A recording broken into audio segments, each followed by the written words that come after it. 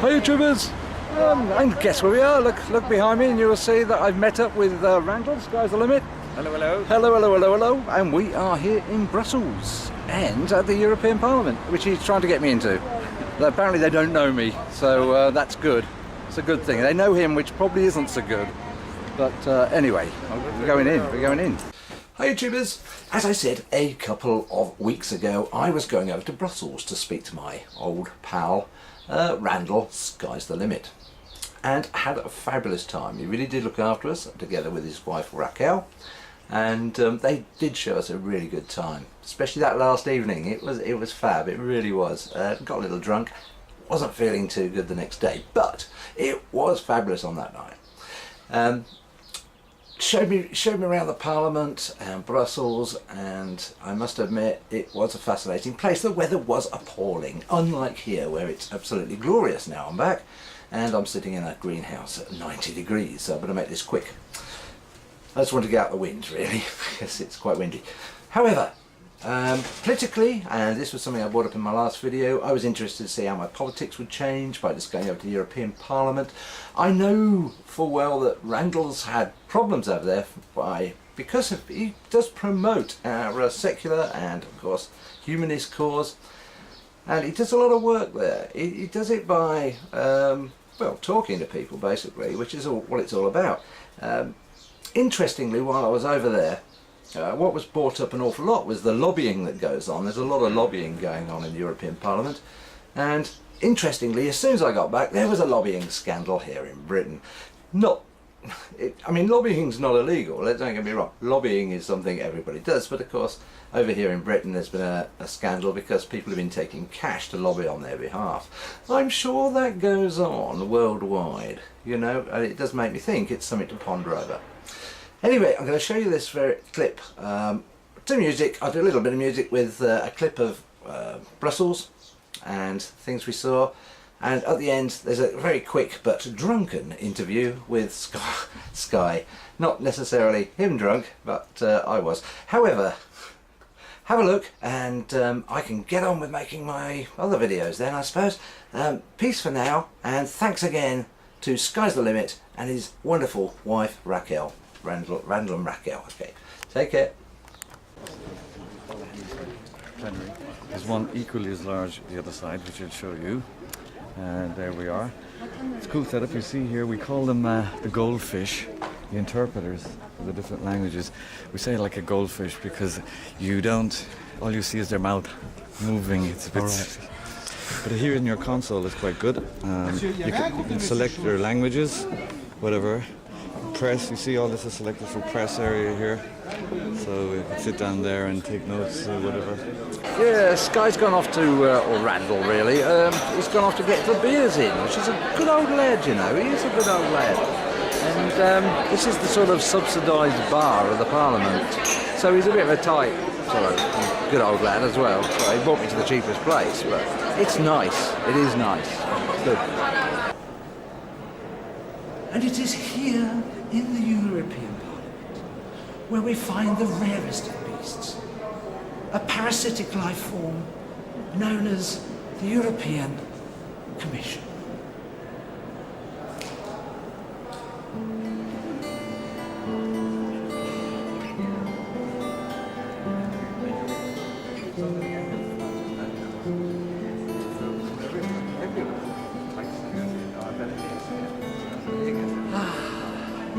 Just taking a little break.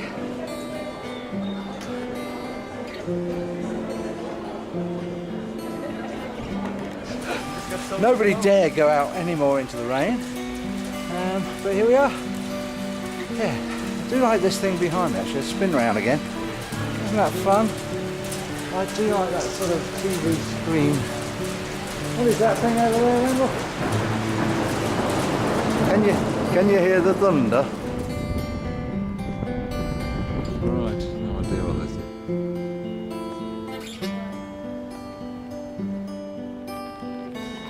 Yeah, so here we have it, a collection of rare and interesting fonts. Wow, now that's impressive. What a wonderful old sort of cloisters. I've seen them as bowl in a bottle of glass. Now, have to, but how did it get air into it?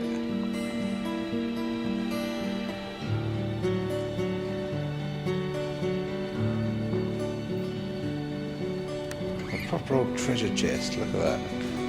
If you wanted treasure, you'd want it in that, wouldn't you? It's one of them things. Wow, you make it up, mate. It's got a handle. Yeah. It's electricity thing. Makes electricity turns. Of course, we could read it.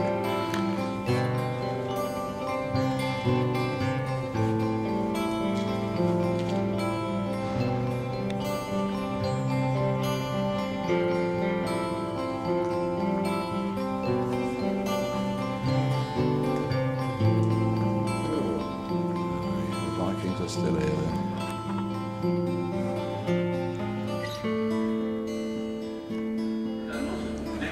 There we go, this wonderful German uniform here. And there's the old famous buckle, God's with us. That's which us atheists often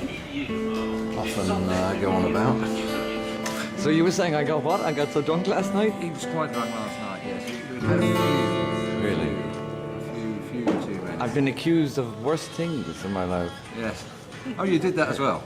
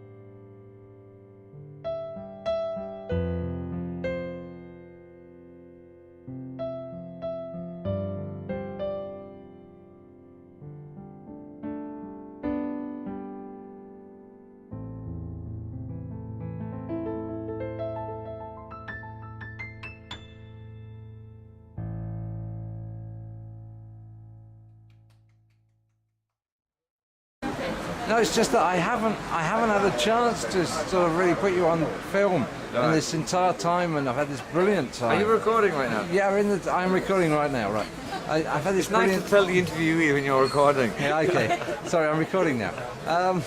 Does that help? That's fine. We're now very drunk because we've had an awful lot. Yes, indeed. You've had less Guinness than I have had wine. Yeah, I just had a little one, eh? Okay, but we've had a brilliant time. It's been really brilliant.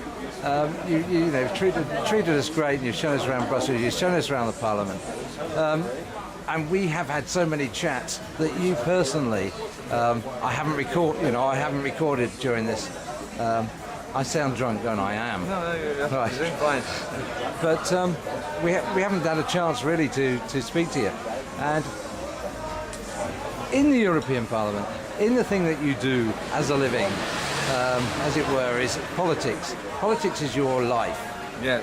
Yeah, even though you're also obviously a secularist, an atheist, a humanitarian, all those things.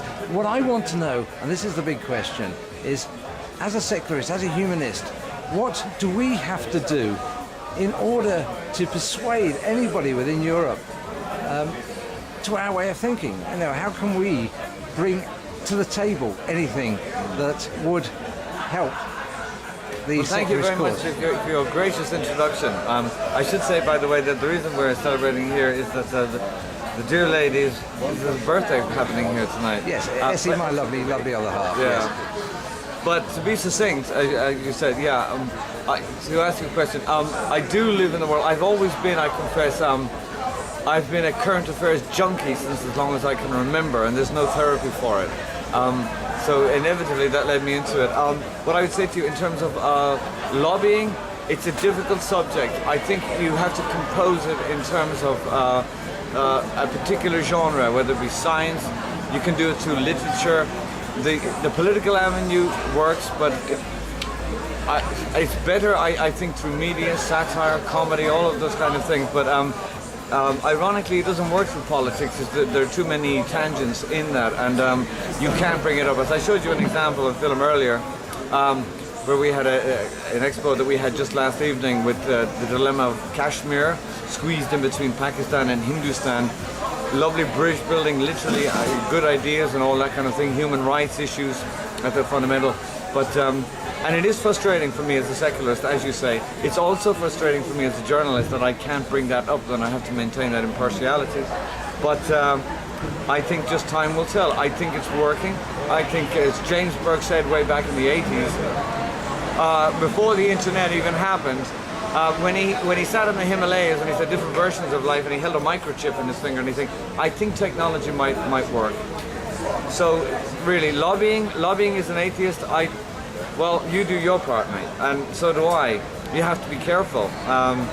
It's just that I think people need time. I think it's just the approach, and I think in the end, just keep it calm and keep it reasonable and respect people's dignity. Because I think the problem with the atheist campaign is that just because we've abandoned superstition doesn't mean that we've abandoned kindness, charity, humility, and humanity, and that's terribly important. And we don't.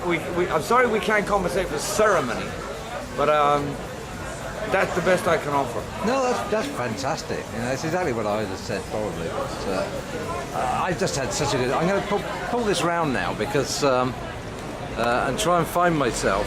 As you can see, we are not in the best situation for taking pictures. I'm in the middle of this street, which is fabulous. We've had such a fabulous time, and we've had far too much to drink. But saying that, he's on holiday. I'm on holiday. Yes, I'm on holiday, and I really want to thank Randall for having a fabulous time here, and of course his wonderful other half, Raquel, who's over here.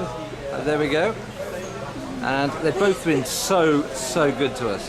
And peace for now. I'll probably add something on later when I'm a little less tipsy.